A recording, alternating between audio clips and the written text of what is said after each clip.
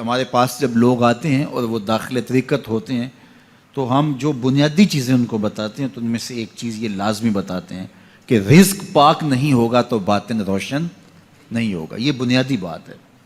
اگر رزق پاک نہیں ہے تو میرے حضور نے ارشاد فرمایا کہ ایک بندہ سفر کر کے کعبۃ اللہ کے صحن میں پہنچتا ہے اور کعبے کے پردوں کو تھام رہا ہے, وہ یمد یدیہ, اور لمبے لمبے ہاتھ کر کے کہتا ہے اے اللہ, لیکن اس کا کھانا حرام ہے, اس کا پینا حرام ہے, اس کا لباس حرام ہے, وہ غذا بالحرام, اس کو غذا حرام سے دی گئی ہے.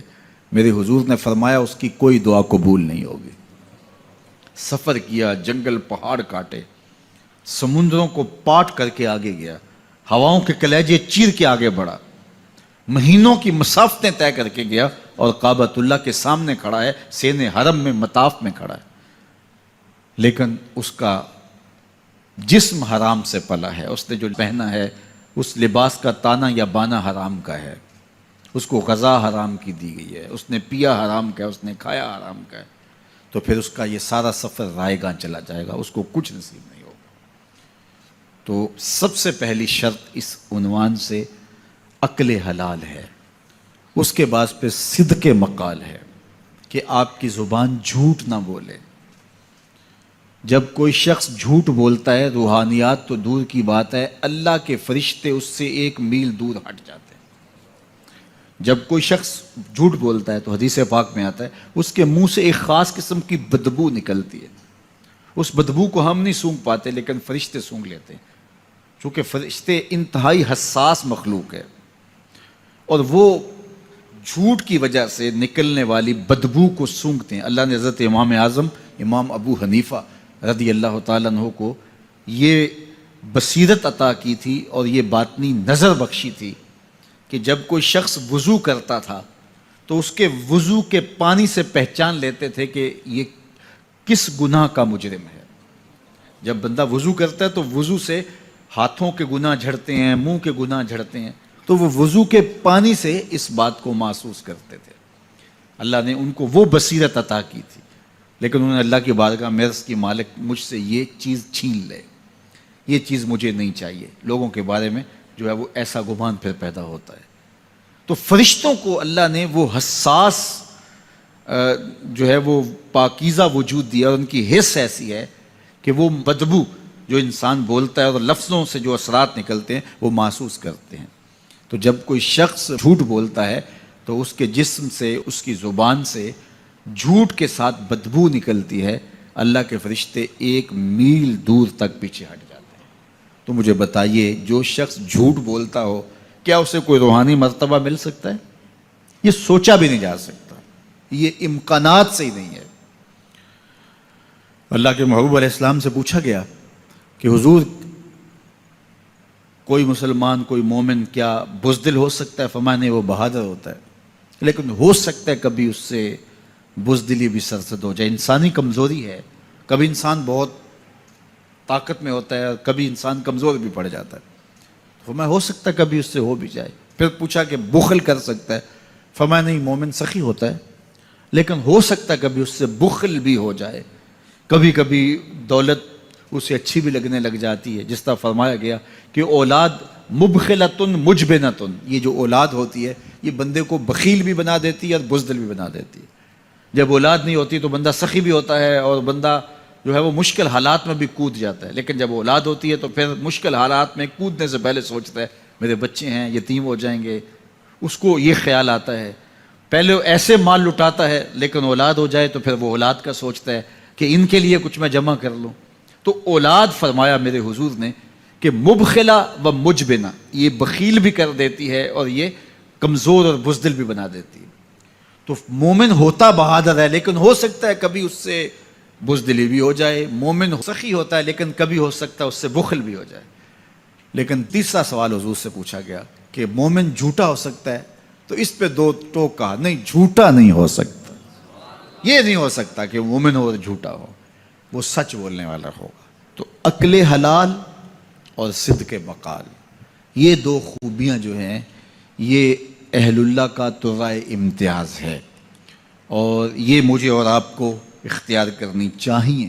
حضرت خلیل اللہ جب وادی غیر ذی زرع میں سیدہ ہاجرہ اور ان کے معصوم نونہال کو چھوڑ کر کے جانے لگے۔ ایسی وادی جہاں حیوانی وجود بھی نہیں تھا، نباتات بھی نہیں پائے جاتے تھے، پانی کا ایک قطرہ بھی دستیاب نہیں تھا، کالے سیاہ محیط پہاڑ جیسے فولاد پگھلا کے ڈال دیا ہو، وہ وادی جہاں دن کو بھی خوف آئے، وہاں حضرت ہاجرہ نے راتیں بھی گزاری۔ کتنا دردناک لمحہ تھا جب سحری کا وقت ہوا، حضرت خلیل اللہ دعائیں دے کے رخصت ہونے لگے، حضرت ہاجرہ سلام اللہ نے آگے بڑھ کے اپنے شوہر نامدار کا دامن پکڑ لیا، تمسکت بیضیالہ، دامن پکڑ کے بولی میرے شوہر نامدار، اس محیب وادی میں، اس پہاڑوں کے دامن میں جہاں دن کو بھی خوف آئے، نونہال معصوم کے ہمراہ مجھے چھوڑ کے کہاں جا رہے ہو؟ حضرت خلیل اللہ نے کوئی جواب نہیں دیا۔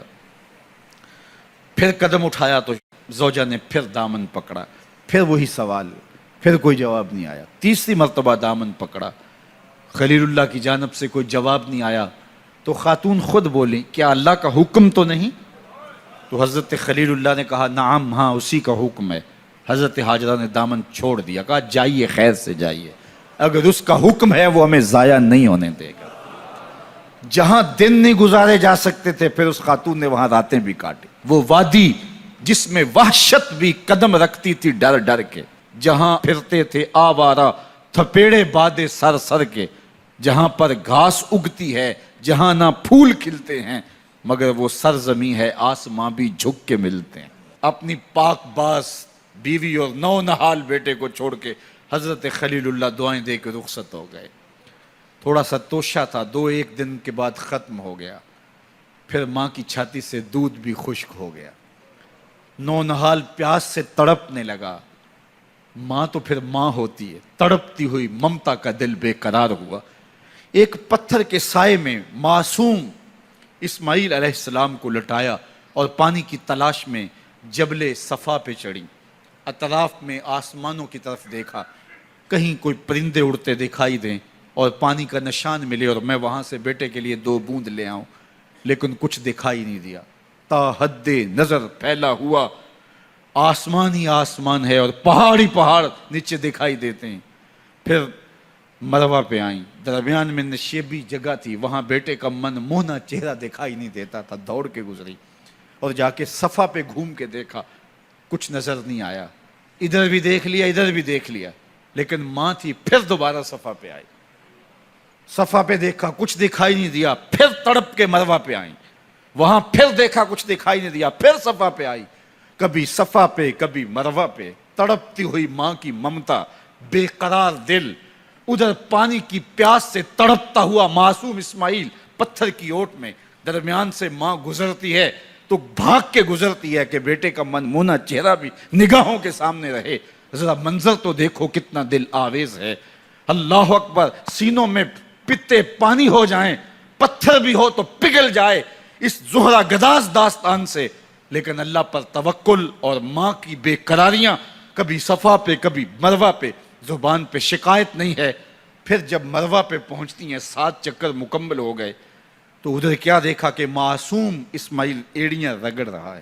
ماں کا دل ڈولنے لگا کہ بیٹا آخری لمحوں میں دوڑی کہ بیٹے کو جا کے اپنی چھاتی سے چمٹاؤں، ہو سکتا ہے 2 قطرے دودھ کے اس کی زندگی کی آس بندھا دیں۔ تو ماں دوڑتی ہوئی آئی، لیکن جب قریب آئی تو منظر بدلا ہوا تھا۔ معصوم کی ایڑیوں کے رگڑنے سے تازہ چشمہ پھوٹ رہا ہے، پانی ہے کہ بے قابو ہونا چاہ رہا ہے۔ آگے بڑھی، جلدی جلدی مٹی کی منڈھیری کرتے ہوئے کہا زم زم، رک جا رک جا۔ اللہ اکبر۔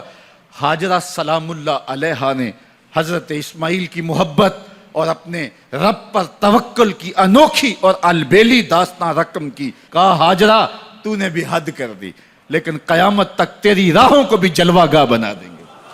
یہاں نبی بھی دوڑیں گے، ولی بھی دوڑیں گے، غوث بھی دوڑیں گے، کتب اور ابدال بھی دوڑیں گے، شہنشاہ بھی دوڑیں گے، کج کلا بھی دوڑیں گے۔ یہ دوڑنا ہم عبادت بنا دیں گے، حتیٰ کہ امام الانبیاء بھی ان راہوں کی سائی کرتے رہے۔ عجیب رنگ، عجیب منظر اور عجیب کیف کا عالم۔ اچھا، یہاں رک کے ایک بات کرنا چاہوں گا، اگر آپ کی توجہ ہو، جہاں حضرت ہاجرہ دوڑیں اور ان کے مبارک قدم وہاں لگے اور لگ کے ہٹ گئے، عارضی نسبت ہے، مستقل نسبت نہیں ہے۔ جہاں ان کے قدم لگ کے ہٹ گئے وہ جگہ تو جلوہ گاہ بن گئی، اور جہاں حضور خود جلوہ فرما ہیں وہ گنبد خضرا جلوہ گاہ کیوں نہیں ہو سکتا ہے؟ اب یہ پانی جہاں حضرت اسماعیل کے قدم لگے، یہ پانی دنیا کا عظیم ترین پانی ہے، اور پھر اس کا پروٹوکول یہ ہے، اس کو کھڑے ہو کے پیا جاتا ہے۔ یار یہاں بھی رک کے ایک بات کہہ دوں، حضرت اسماعیل کے قدموں کو چھونے والے پانی کا پروٹوکول ہے کہ اس کے لیے کھڑے ہو جائیں، اور حضرت اسماعیل مسجد اقصیٰ میں جس کے پیچھے کھڑے ہو کے نماز پڑھتے ہیں اس امام کے لیے کھڑے ہو کے مصطفیٰ جان رحمت پہ لاکھوں سلام پڑھ لیں تو اس میں شرک کہاں سے آ جائے گا؟ تو یہ تکریم ہے، یہ عزت ہے اس پانی کی کہ اس نے حضرت ذبیح اللہ کے قدم چھوئے ہیں۔ تو یہ سارا حج، اللہ اکبر، ہمیں ہمارے ماضی سے جوڑتا ہے۔